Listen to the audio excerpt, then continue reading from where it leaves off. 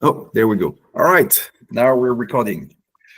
So welcome everyone to this meeting of the Ecma TC54 Task Group 2 for the standardization of package URL.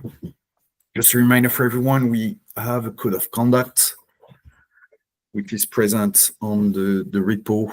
It's also listed, or actually, yes, it's listed at the bottom on the GitHub repo Ecma TC54-TG2.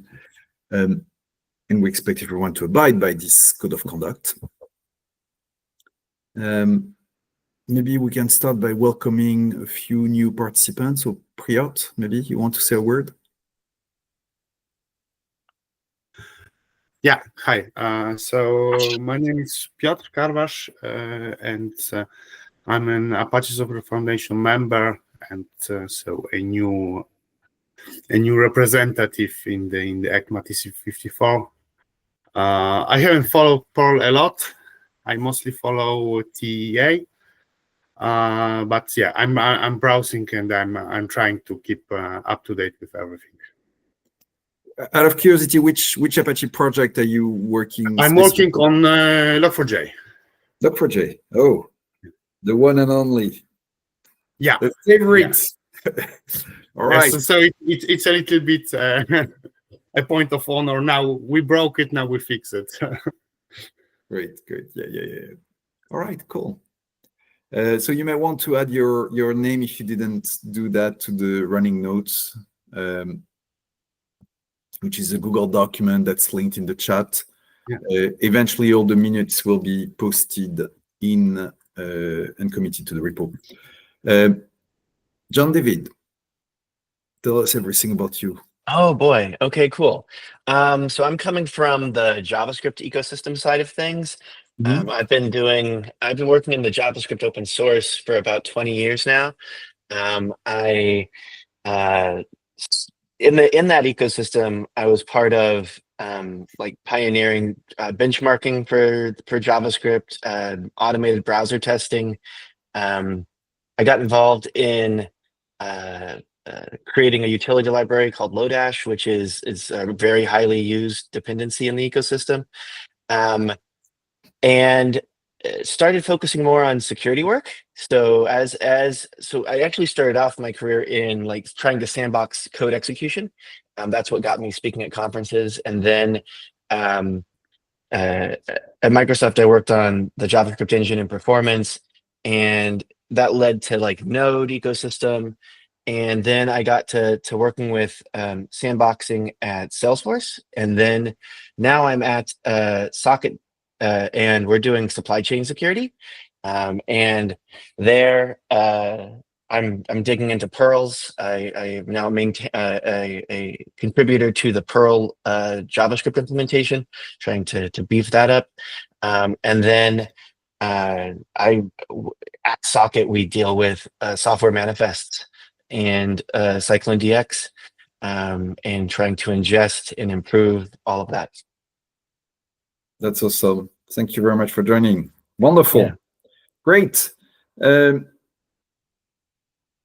So we'll approve the minutes maybe briefly from last call.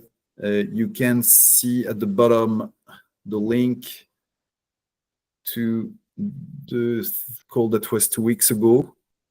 I'm going to paste that in the chat, or let me share my screen actually. So it's going to be a bit more efficient. Oops.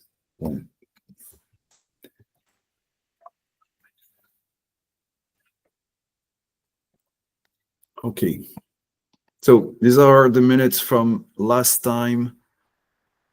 Is there any objections to that? We had Steve, Matt, Salve, and John there. 1, 2, 3, 4. All right, so minutes are approved. And let's take agenda item for today. Steve. I'd like to know like what the status of the that mini schema that we were talking about. I'm going to have some capacity, some free capacity, capacity freeing up next week. And so I will have a little bit of bandwidth. I just don't know if anybody has started on it. I've been percolating on some ideas for a really long time now. Mhm. And I'd like to experiment with those ideas if possible. So I'd like to know kind of the status of that. Okay. I'd also like to know the status of the documentation. You know, I know there's a lot of corner cases, a lot of tickets that are still open. But at some point in time, we need to start populating in the documentation. We can always go back and kind of change whatever is necessary to be changed.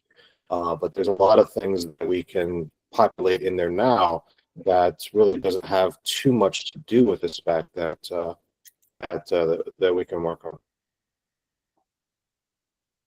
All right. John David? I am more or less attending this first meeting. This is my first meeting, by the way. So I'm attending it just to kind of get the feel for things, what's on people's radars, and get an idea of like how things operate. Great, great. Yeah, so just so you understand, the purpose of the meeting is to provide status on the spec progress and address spec level issues. We also have every other week a community call to bring together more informal discussions around anything on Perl, not specifically the core spec, but types and everything else. So you may want also to join that. The purpose of the Ecma meeting, between quotes, is to have a certain level of formality to it that we don't have on the community call, just so it's clear. Yeah, and Piotr. Yeah, Sorry. yeah, basically the same. Yeah, it's my first meeting, so I've plunged a little bit into the Perl specification. I'm trying to get up to date to see what are the problems it tries to solve. So I know the basics. I use it in SBOMs, but Okay, great. On my side, I want to provide a bit of status update of where we are on the spec work. Some sightings also left and right of interest. John? Nothing for me, Philippe. Thanks. Great. Okay, so Giannis has joined as well. oh, great. Yanis, hello. How are you doing? Hello. Good. Sorry, I still had the Zoom link in my Google Calendar and was hanging out there and waiting for it to start until I figured out. Maybe check Slack. That was the plot. We're trying to isolate you. Almost worked. Yes. Do you have something you want to bring up as a topic? No, nothing from me. I'll be fly on the wall mode. Great. Okay, so on my side, just a few bits of interest before we go into status. There was a document, a report on SBOM made by an automotive group called AutoSAR earlier this week, or maybe it was last week. It was interesting because they mentioned something called actionable SBOM. And their definition of an actionable SBOM was essentially saying it's a valid SBOM that contains Perl, which was pretty cool. I mean, it's an interesting concept that the first time I heard about it, but it makes a lot of sense. There's a few, also quite a few videos from FOSDEM, which are trickling down, especially from the SBOM dev room. There's a lot of mentions of Perl there. There's been also a document from on SBOM. I'll try to put the link in the minutes. I forgot what it was, but on medical device and medical device industry, same thing. They were mentioning Perl all over, so that was pretty neat. There's that. We had also last week a good community call. The meeting minutes are online. So the I'll paste them. I can paste them. I'll find them. Great, wonderful, thanks. And of interest, there were folks from Adobe, which are working on automating their software supply chain operations, and they're relying heavily on Perl. So interesting input and feedback there. So that's more on the announce. In terms of progress work, I think we're doing slow but steady progress on the spec side. A lot of work is really going into the weeds of tiny things about, oh, how do you encode this character and so on and so on. We were able to merge a few pull requests, important pull requests, the ones on, we have a small ambitions. I'm posting the link to the package URL project board we use. It's already there. Oh, it's already there. Okay, that's the first link. You can see the first link there. We were able to merge a per TR for the scheme and the type. Right now, we're working on the qualifiers for a bit of variety, and we'll tackle version, namespace names, and subpass afterwards. On the qualifiers, which is work that's been done by John, the real issue that we have is whether we should provide full details on how you encode and percent encode the parts of the parts of qualifiers. I'm going to share my screen because otherwise that's a bit dry. I'm going to share it again. We want to make sure we can, either we put reference to the RFC 3986, which is this monster of complexity RFC that some of you may know, which is, so if we look at that,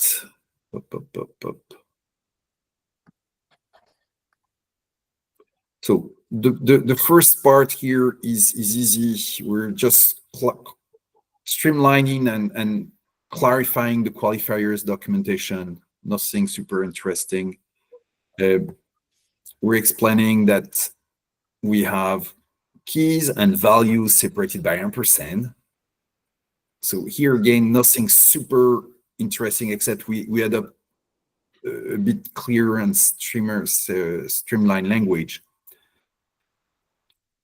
Then the thing afterwards, oops, I resolved that error. The thing afterwards is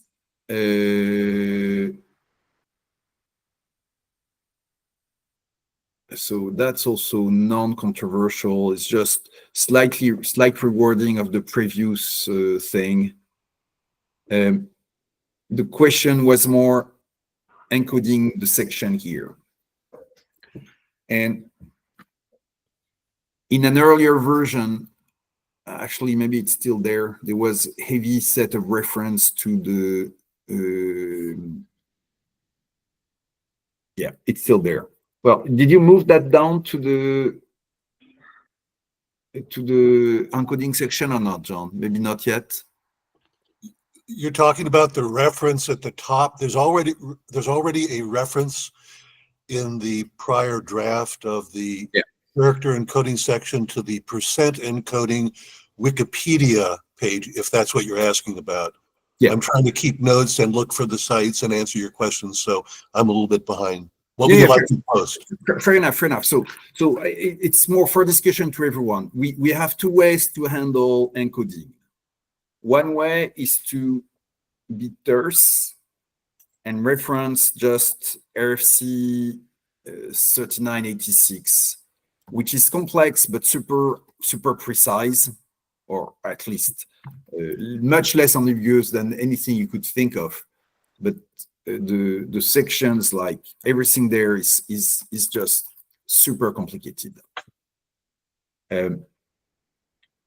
because they go about explaining all the details in the appendix and all the class of characters or else. So that's one approach. My preferred approach would be to be much simpler, which is to say, hey, all these characters we don't percent encode, everything else you encode according to the RFC 3986. And I don't know what you guys think. That right now we have the verbose kind of version, which can still be edited and wordsmith. But the question is whether we go in something.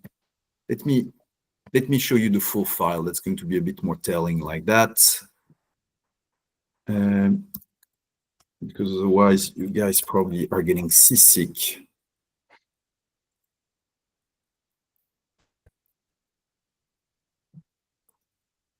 Right. Philippe, is there a link you'd like me to paste? No, that's fine. Okay. Well, I can. It's in the. I can post the link on what I'm looking at here for reference if that helps. But the question is whether we provide this long, detailed thing on how everything should be encoded,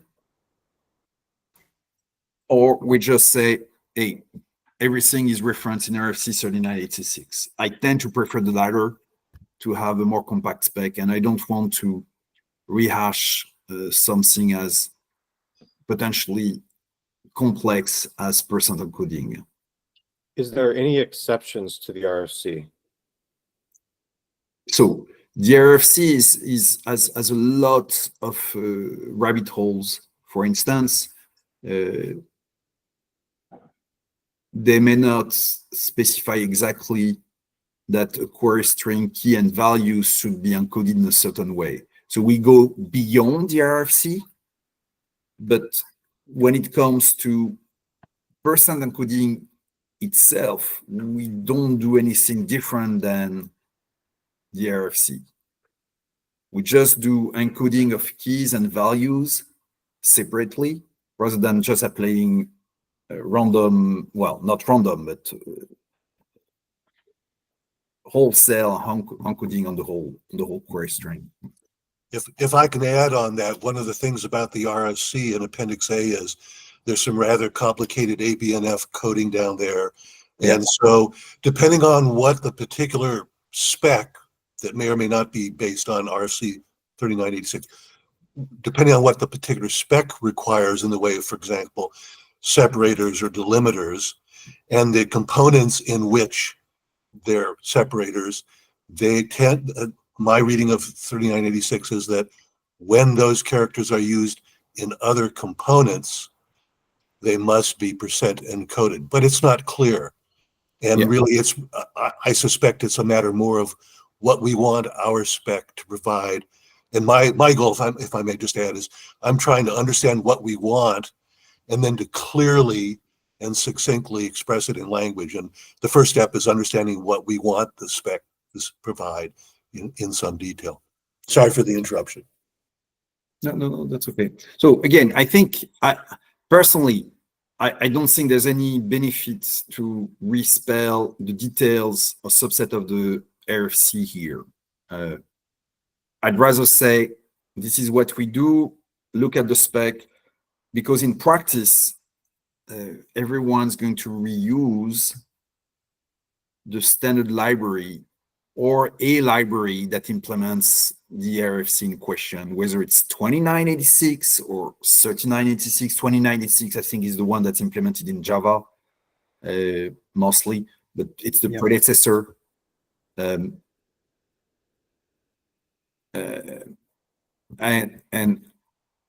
I'm assuming that, yes, we're going to reuse whatever encoding function exists in each of the programming language. And I would assume that the effort has gone through going through the whole appendix and section here, which is eventually everything but not trivial. And I don't want to go to that level of details on our side. So I don't know what you guys think there. Any reason not to go simple?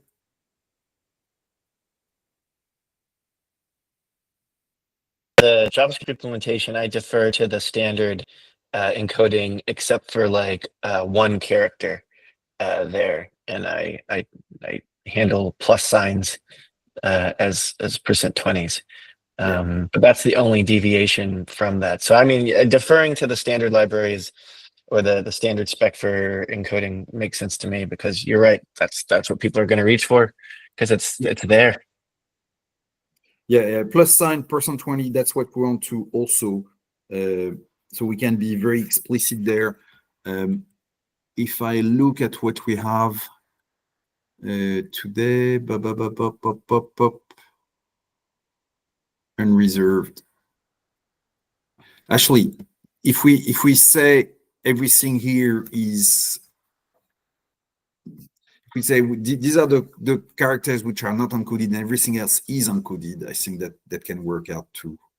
And that's what we're thinking about. Well, it's encoded unless it's used as separator.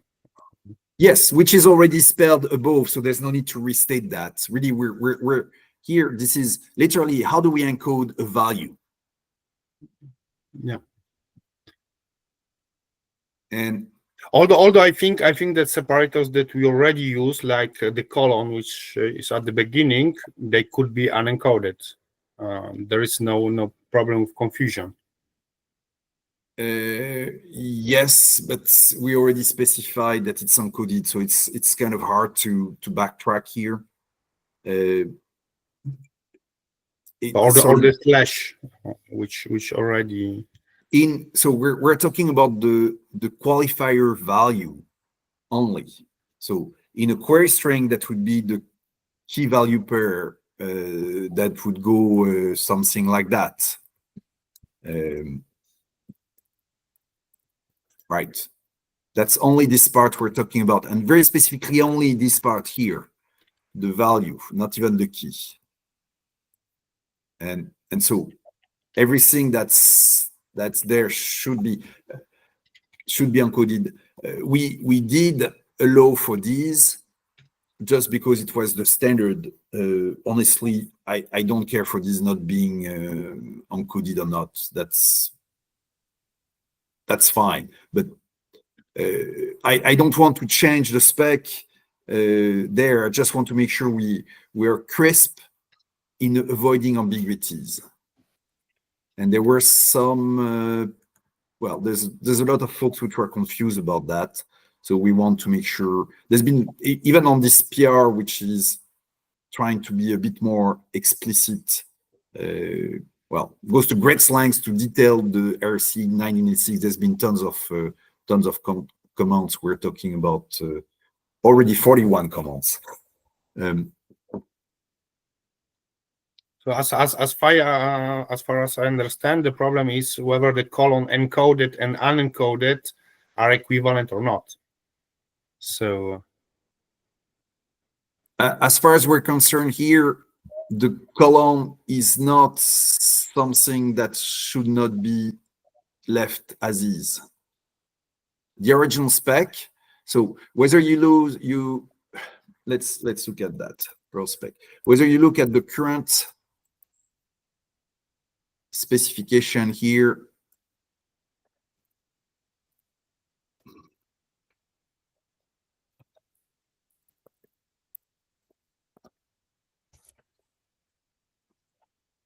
right? So that's the current extent of the specification here. We're saying in a very terse way, must be percent encoded. That's it. And now the assumption was that the reference to the Wikipedia page is enough. The Wikipedia page refers to the RFC. We are going to replace that by reference to the RFC. But the whole point is we just want to clarify, probably saying it's percent encoded, including plus, or we're saying instead it's percent encoding excluding, well, and all these characters should not be percent encoded, which are the standard ones. Right. And if I may again add something, The colon is a great example. I know, Steve, back in 2018, you had questions about what do you do with the colon in the qualifier's value. If you look carefully at RFC 3986 and the query section, which is 3.4, it defines a couple characters that are permitted, and then you look down at Appendix A, the P char is also relevant, and if you dig deep enough, the colon is a permitted character in the 3986 query component, which doesn't talk about key values. And so one balance, at least to my mind, is, and what if you look at the current draft that's been heavily commented on, as it deserves, I tried to reflect accurately and in excruciating detail what 3986, in my humble opinion, requires.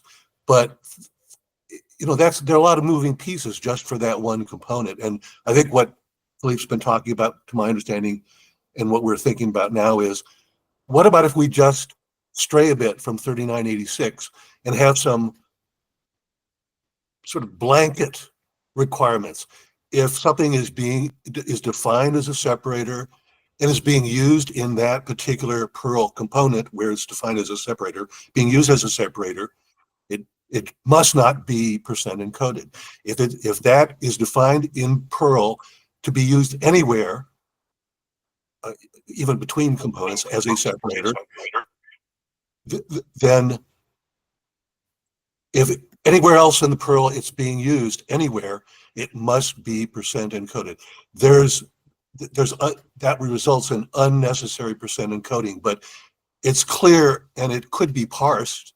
And we'll have fewer questions about what do you do when there's a colon that has appeared between the version and the beginning of the qualifiers. That hasn't come up, but it will. But the current draft of the qualifiers PR that I'm in the midst of changing addresses all ASCII and non-ASCII characters, if you read it carefully. But I'm a lawyer, and that may be a downfall of that draft. So I would prefer to go to a single line that just spells that and boots everything to the RFC. That makes a lot of sense to me. It's just people are going to be super confused. If we really need to spell out the whole RFC encoding details, in no case, say if we were to stray away, I would boot that to a section on encoding only. Because here the problem, just from a balance perspective, we have a key which is 4 lines, and then value which is 500, well, several tens of lines. And remember, before, value was like that.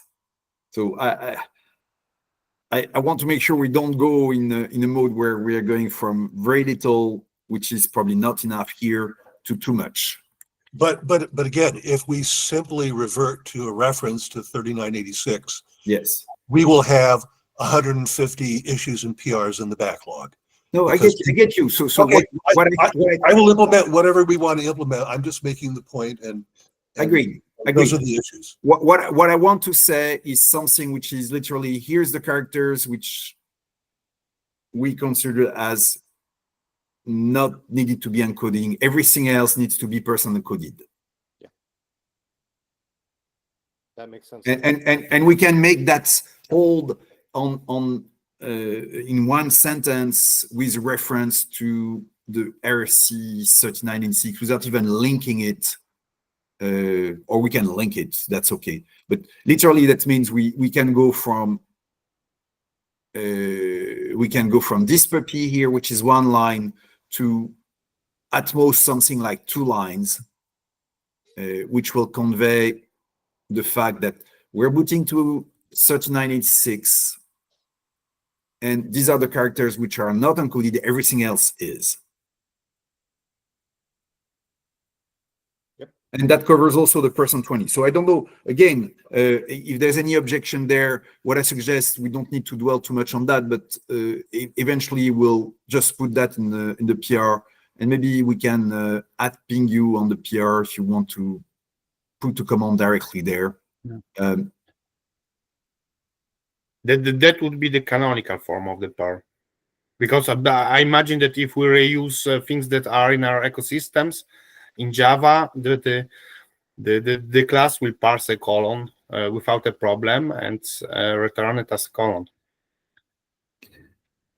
Yes. So or are we saying that that PER is invalid? I don't have an answer for you just now. There's a discussion going on whether how should be stored each of the parts of a Perl when they're parsed, whether they should be in encoded and unencoded form. Go ahead. There's also, I need to find the comment, but there's a user that has provided a study across all of the Perl implementations, the Perl library implementations, and done an encoding study of what they do and what they don't encode. And that might also help normalize the language. If we're trying to say defer to the spec, and then we'll know which languages deviate from it, like the Java implementation may or may not do this versus the Python implementation versus another. That could help just create the single line comment that says these other characters are handled. That would normalize across the languages. Yeah, and the guy in question is Matt Donoghue from Philum, which is now Veracode. Oh, cool. Yeah, it's been very helpful there. Very much engaged. I hope you would join our calls. We just have to be careful, though, in some case, which you don't want to model the spec after the bugs of an implementation. I'm not saying that Java is a bug, but I've seen case recently, I forgot which one, but there's someone that said, oh, but the spec should do that and that and that, and I said, well, I think that your code has a bug. Well, that's here it is. Yeah, that's where we can put the note where it says, like, if we have that information, we could at least say, hey, this is the gotcha you'll get with Java based on this. That's why we specify this. But it's a lot less text to put the gotchas than it is to put the entire. Yeah. Not only that, and we also decided that we would put all the gotchas in a FAQ document, because in my noobness in writing the spec originally, I was happily mixing requirements, suggestions, comments, FAQs, do's and don'ts, which is probably has been helpful early on, but is probably not a good idea for specs. Oh, it's not a smoking place, Priot. No, that's a joke. That's pretty cool, actually. That's the only place where you can smoke remotely now. All right. So we can come with a formulation, John, and request require comment on the PR. But again, simpler between tutors, not enough specification, and too much specification. We need to go just barely enough specification that's not ambiguous. That's what would be really my preference there. Yeah, and the first step or the next step really ought to be, which direction do we want to take? Because we've been, changing their views as the situation has developed, which is expected. Yeah. So on the topic of what's valid, what's not valid, Prout, there's a lot of work that needs to be done there. I don't have a careful answer. There's, for instance, this addition in this PR, which I don't know whether we want that, because that means potentially something that's difficult to handle, because none of the parsers may actually have this behavior today. I'd be inclined to have a specific section on error and warnings and lenient parsing, which is well, separate sections so we can have these comments and say, hey, you should return an error rather than maybe that you must, and explain also what we expect from a lenient parser or recovering parser to do there, which is useful. And then we can go also to determine and decide there what should be the preferred form when you store each of the parts of a Perl in a field, in a language, so in an object, which proves to be also super useful when you put things in the database, for instance, for indexing and filtering and querying. Yeah, there's an entire section in the Ecma document specifically for conformance. So we should figure out how that conformance section is going to tie into the individual parts that describe what conformance is. The section on errors, you're saying, or a section on parsing? Oh, you said form. You said, well, you're saying here, parsers must return an error. Yeah. Well, that's part of the conformance, right? If you are creating a library and it supports Perl, parsing of Perls, library then must do this. There is a section in the Ecma doc for conformance, and we'll just need to figure out how that ties into the individual requirements like this one that describe that conformance. Yeah, and I'm sure, John, David, if you've been involved, from what I understand, a bit with the JavaScript normalization. What we're talking about looks probably very mundane to you at the moment, but it's surprisingly complex. What the ambiguities that we've managed to actually capture in such a small string.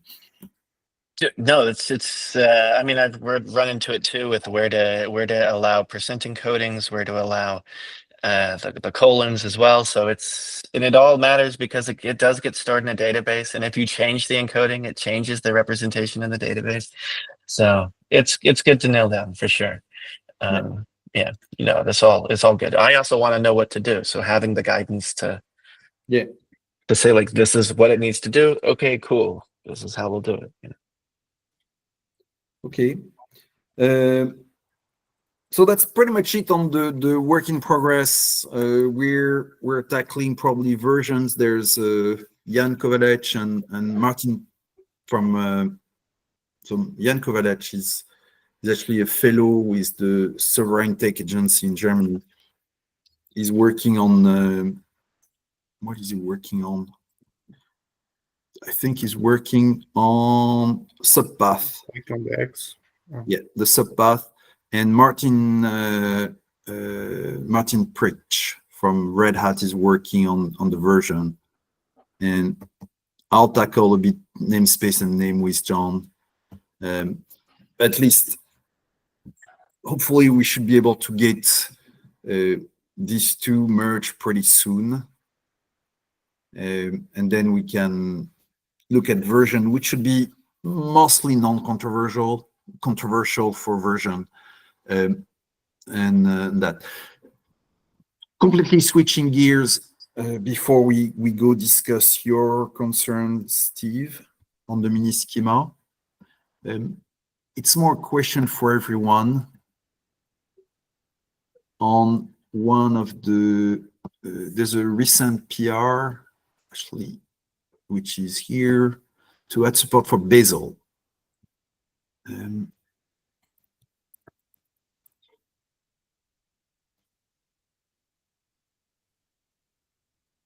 Come on, slow. And I just want to have your feedback on this, on the comment I've made there. Let me, where is this? Oh, actually, no. So all the comments I've made were addressed there. But the original version, is it the one? I think it is, yes. The original version was saying the namespace is not used and is reserved for future use. And I said, please don't do that. You don't reserve stuff. If you don't use namespace, don't reference it at all. I just want to make sure everybody's in agreement here. Meaning, don't reference things that don't need to be referenced.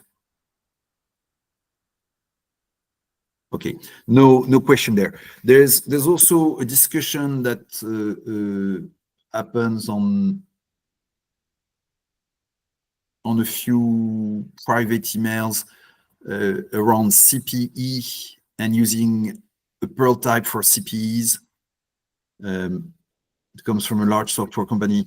I'll make sure we get that discussion brought up in issues. I know, Steve, you were part of that thread too. I didn't reply that, but I want to make sure that we don't have this discussion in private, but they go instead on the record in either a discussion or an issue, because otherwise it's really a pain. But generally speaking, I think it's a bad idea to use CPE stuff in Perls. Agreed. What is CPE? Oh, CPE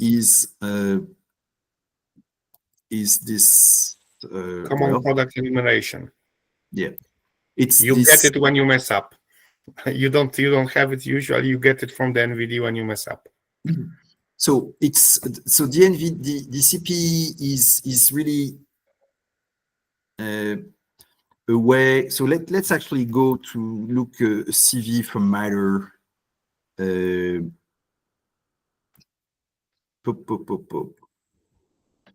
Okay, maybe I'll go there to go to a proper CV. So the CPE is that. Technically, it's much more than that, but it's this string that starts with CPE. You have 2223 format. It's supposed to identify a product in the National Warranty Database. And it can be software or hardware. And then you have a notion of a vendor, a name, and then you have a large number of different things which are equivalent conceptually to fixed qualifiers in the Perl. And It seems different enough. excuse me? I was going to say, this seems different than a Perl, but Yeah, no, it's completely different of a Perl. But so the legacy, all the legacy of the NVD and a lot of the legacy of volunteer management has been centered around CPEs. Technically, if you look at the full spec for CPE, it's excruciatingly complex. You have dictionaries, you have a schema, and it's a whole language to provide configurations all the way from, for instance, saying, if I'm running on a Windows machine, and if I have this version of this package or this CPE installed and these other things, and then this version is vulnerable, which is conceptually super powerful, practically so complex that nobody uses it, or very few. I think I only ever see seriously a few commercial companies using that. Anyway, CPE is the legacy. I'd like to say with a bit of hubris that Perl is the new way. And the question is, when you have a whole stable of historical CPEs, especially you have these on your own proprietary product, is there a happy path to migrate to Perl?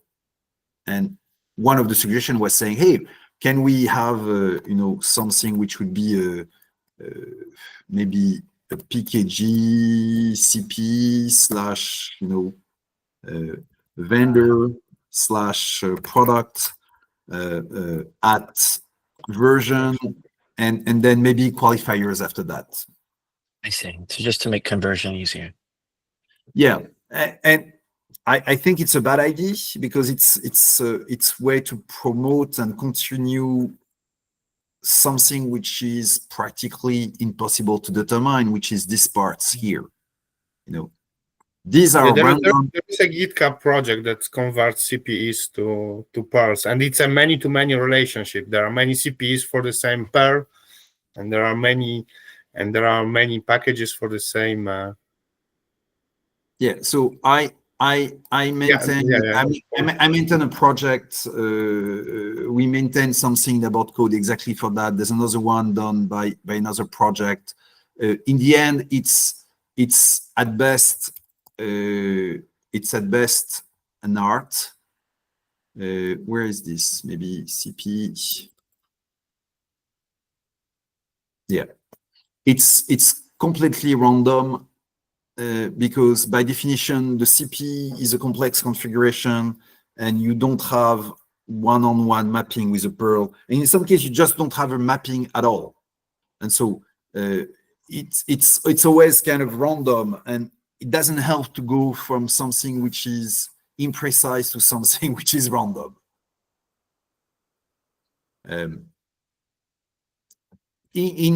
So maybe there's something that can be good enough and something we can provide as a Perl project, and reaching out to the folks from ScanOSS may be useful, and we can reuse that thing here. But you see, we did something 3 years ago and we just let it go. We could reproduce that on demand with the latest data, but it's always a bit of a hit and miss.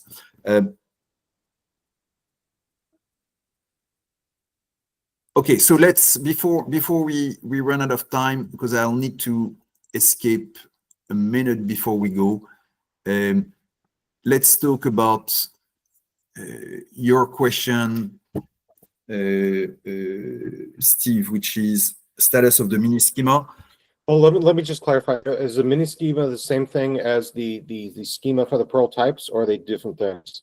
No, it's the same. So just so everybody understand, when we're receiving a Perl type PR today, we're receiving a blob of text, and which is great, but the point would be to have something which is a bit structured as a very simple JSON schema, which basically takes these elements here in a structured way, with the goal that we could eventually use that after that to auto-generate validation libraries, which are aware of the types, and generate that in various language.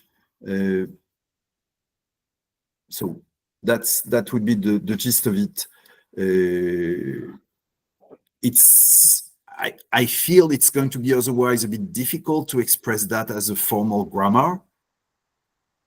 So as a pass and a step towards a formal grammar would be to define, says, hey, you know, documentation URL, blah, blah, blah, name, Bazel modules,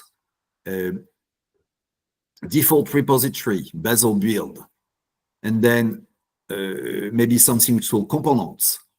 And we say name column, use the Bazel module name, version is the Bazel module version, this kind of thing. So to have just something which is a tiny bit structured, right? That was your intent, Steve. It is, yes. And then we would have essentially a Perl type index that would then be, you know, updated whenever new Perl types are available, and the Perl implementations would then consume that type or consume that index, so that they know exactly where all the Perl types are defined. Yeah. Yeah, and so the intent is that we can have a wee bit of tooling after that to generate validation libraries, or use that in a validation library that can ensure that, well, Bazel, there's no namespace. So if there's a namespace that's found, that's a problem, and so on and so on. Yeah. So that's the status for everyone. There's been zero work there. So Steve, you're super welcome if you want to spend. I will have bandwidth next week to start on it. So this is awesome. Yeah, if you can prefer lowercase snake case to camel case, that's my only request there. You like lowercase, right? I like lowercase. I like underscore as a separator, but Oh, for things in the JSON. yes, if you don't Okay. mind. Which is mostly what's in CycloneDX anyway, too, right? We have mostly consistent stuff, but no, I'm not going to say it's entirely consistent. Okay, fair enough. You know. If there's so status of the documentation has been no work at all to Azer. So that's simple. On the Ecma documentation, you started something, I didn't follow up and through on that, and we didn't yet. Okay. So that's something to tackle for, let's say, March. Yes, March. March is here. Is there a 29th? No, there's no 29th on 2025. 29th of February. Ah. The last day. That was, yeah. So yeah, so we can start tackling that tomorrow. Mañana. And that's pretty much it for me. So if you guys have anything else to bring up, otherwise, I think we're good for now. Yanis, Piotr, John David, thank you for joining. And Piotr and Yanis in particular for joining as newcomers. You're welcome to join Wednesday. I think it's 6 p.m. Central European Time, 10 a.m. Pacific, and 1 p.m. yeah, on the East Coast. Where are you based, Piotr? If it's not, I'm in Poland, so I'm in Central Poland. European time. So it's going to be It's 9 a.m. Pacific. Yeah. And I could, That's fine. it's another link that I don't have in my mind at the moment, but there are a lot of links out there, including that one. By the way, it would be useful if we had a single location where information of the sort we're asking for right now, whether it has to do with the TC54-TG2 meeting or the biweekly Perl community meetings, could exist. And so people could just, if they knew about the URL, they would know what the schedule was and what all the pertinent information is. I don't know what that would be, but maybe the Perl spec repo, possibly. I don't know. We should probably think about also, this is maybe a community thing, but we should probably think about standing up a Perl website where you can get information about what the specification is. You can dive into the spec and the Ecma standard once it's available. You can get links to the Slack and whatever channels that you can get support from, as well as all the community meetings and notes and stuff like that. So maybe think about a website. Yeah. So definitely part of the important and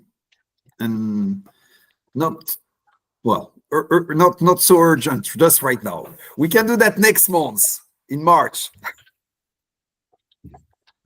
Let's do it after I get the docs for the specification. Exactly. I did, just FYI, before we conclude, I did have to get the TC54 chairs report to Samina Hussain yesterday.